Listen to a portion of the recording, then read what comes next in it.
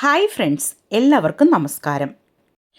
നല്ല സൂപ്പർ ടേസ്റ്റും അതേമാതിരി കുഴമ്പെതും தேவையில்லாததுമായ ஒரு கேரளா ஸ்பெஷல் உள்ளிச்சோறிൻ്റെ ரெசிபி தான் உங்களுக்காக இன்றைக்கி நான் ஷேர் பண்ண போகிறேன்.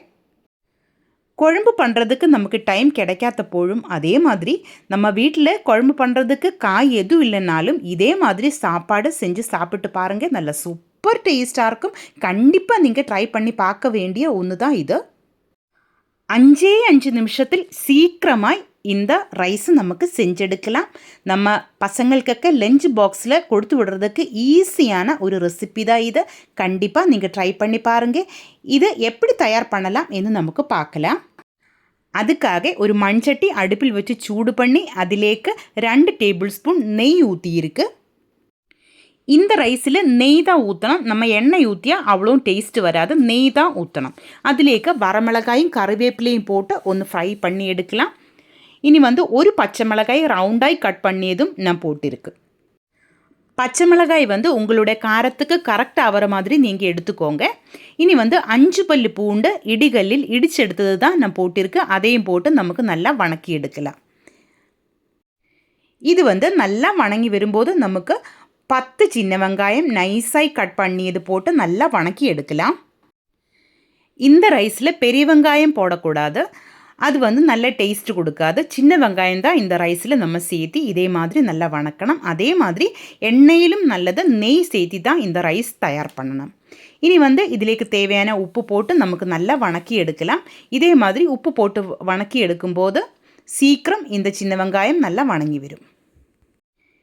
இப்போ பாருங்கள், நம்ம வெங்காயம் எல்லாம் நல்லா வணங்கி கலரெல்லாம் மாறி வந்துடுச்சு. இந்த டைமில் இதிலேக்கு 1/2 டீஸ்பூன் மஞ்சள் தூள், 1/2 டீஸ்பூன் வரமிளகாத்தூள் இவையே போட்டுக்கலாம். வரமிளகாத்தூள் உங்களோட காரத்துக்கு கரெக்டாக ஆகிற மாதிரி நீங்கள் சேர்த்திக்கோங்க. 1/2 டீஸ்பூன் பெருங்காயத்தூளும் நமக்கு சேர்க்கலாம். பெருங்காயத்தூளை கேரளாவில் ஒரு சில இடங்களில் சேர்க்காது. ஆனால் நாங்கள் இதில் பெருங்காயத்தூளும் சேர்த்துடுவாங்க.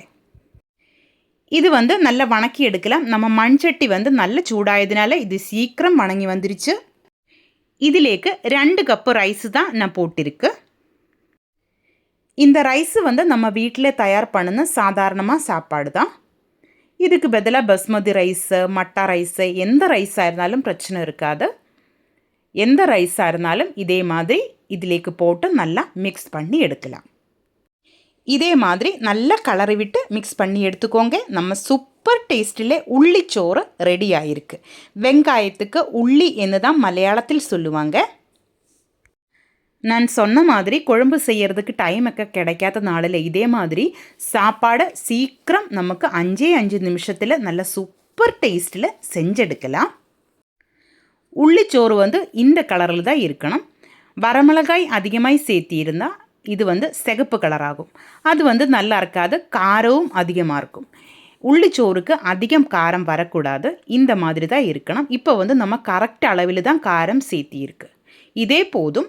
நல்ல டேஸ்ட்டாக இருக்கும். கண்டிப்பாக உங்கள் வீட்டில் நீங்கள் ட்ரை பண்ணி பாருங்கள். பிடிச்சிருந்தால் மட்டும் இதனோட கூட ஊறுகாயோ அப்பளமோ ஒக்க நமக்கு சேர்த்து சாப்பிடலாம். ஆனால் இது எதுவும் இல்லைனாலும் இது இப்படியே கூட நமக்கு சாப்பிடலாம். அதே மாதிரி நல்ல டேஸ்ட்டாக இருக்கும். கண்டிப்பாக ட்ரை பண்ணி பாருங்கள். இந்த வீடியோ உங்களுக்கு பிடிச்சிருந்தா சேனல் சப்ஸ்கிரைப் பண்ணுங்கள், லைக் பண்ணுங்கள், உங்கள் ஃப்ரெண்ட்ஸுக்கெல்லாம் நீங்கள் ஷேர் பண்ணி கொடுங்க, ஹைப் பண்ணுங்கள். உங்களுடைய ஃபீட்பேக்கு நீங்கள் கமெண்டில் எழுதி போடுங்க. தேங்க்யூ.